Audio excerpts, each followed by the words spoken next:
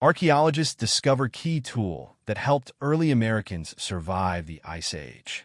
Tiny artifacts unearthed at a Wyoming site where a mammoth was butchered 13,000 years ago are revealing intriguing details about how the earliest Americans survived the last Ice Age. Archaeologists found 32 needle fragments made from animal bone buried almost 15 feet, nearly 5 meters, underground at the La Preel site in Converse County. They are not the earliest eyed needles in the archaeological record, but for the first time scientists have been able to identify what the needles were made of by analyzing protein information contained in the bone collagen. The results were not what they expected. We had assumed they would be made out of bison or mammoth bone, which comprised most of the animal bones found at La Preel and other sites of its age in the high plains and Rocky Mountains of North America, said Wyoming State archaeologist Spencer Pelton, lead author of a new study on the needles published November 27th in the scientific journal PLOS One. Instead, the needles were created from the bones of red foxes, bobcats, mountain lions, lynx, the now extinct American cheetah, and hares or rabbits, the study found. It was extremely surprising that these needles were made out of small carnivores, Pelton said. The scientists reached their conclusions by extracting collagen from the artifacts and analyzing its chemical composition, specifically short chains of amino acids known as peptides, and then comparing those results with peptide data from animals known to have existed during that period in North America. It's a technique known as zooarchaeology by mass spectrometry, or zooms. The La Preel mammoth site was discovered in 1986, and archaeologists believe a group of prehistoric people either killed or scavenged a young mammoth there, setting up a temporary camp to process its carcass. Given the age of the site and some distinctive artifacts, the people who camped out at La Preel were likely from the Clovis culture, one of North America's oldest known human populations. Needle in a haystack. Finding the tiny needles required a thorough and precise excavation, Pelton said. The team identified concentrations of buried artifacts by digging multiple test pits 1 square meter, 10.8 square feet, in size until they identified relatively dense concentrations of artifacts. Larger excavations of 25 to 30 square meters, 270 to 323 square feet, revealed the floors of dozens of temporary dwellings. However, the team found the needles only when they used 1/16 inch, 1.6 millimeter, fine screen mesh to sift the excavated sediment. Relatively few archaeological sites are excavated with this level of precision, so it's possible that bone needles have been missed during previous excavations at other sites, Pelton said. Prehistoric people occupied the site toward the end of the last ice age, and temperatures would have been 5 to 7 degrees Celsius colder than they are today, Pelton said. To survive such low temperatures, humans likely created tailored garments with closely stitched seams to protect against the elements.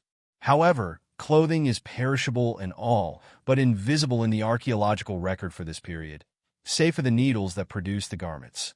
This sort of climate would have required pretty robust, tailored parkas of the sort produced by the historic Inuit, Pelton said. It would have likely incorporated fur fringes around the sleeves and hood, which is why we think people were trapping animals like foxes, cats, and hares in the first place. Before the invention of needles, humans likely wore looser, draped clothing made using pointed tools called awls, which created more widely spaced and coarsely perforated seams, the study noted. Needles also made it possible to decorate clothes, and the oldest bead, made from hare bone, found in the Americas was previously discovered at the same site.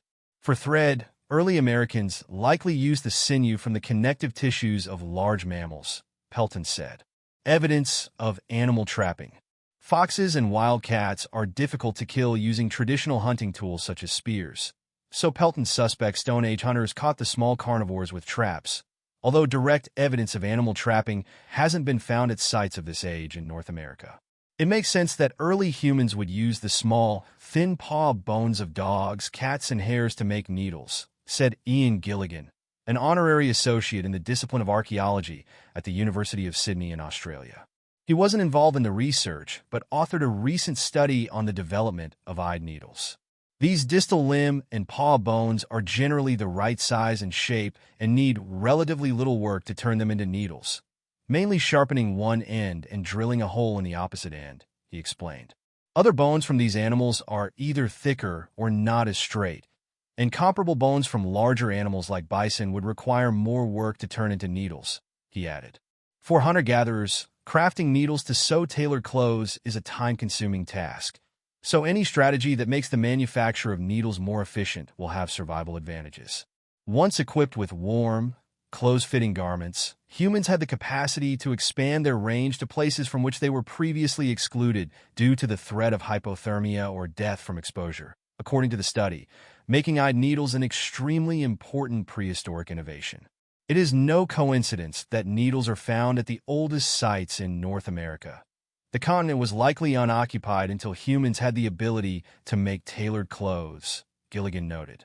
Regardless of how good they were as hunter-gatherers, humans could never push into regions like northern Siberia without sophisticated clothes, Gilligan said.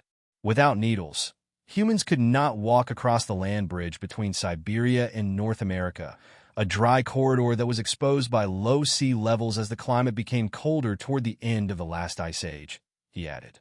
Gilligan said the needles discovered at the Wyoming site are smaller and more delicate, but otherwise similar to the world's oldest needles. Used in Siberia 40,000 years ago, and in northern China 35,000 to 30,000 years ago.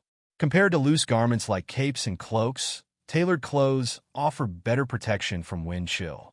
Needles would also be useful for sewing the inner layers in multi-layered garment assemblages, which provide added thermal insulation. The beginning of underwear, he said.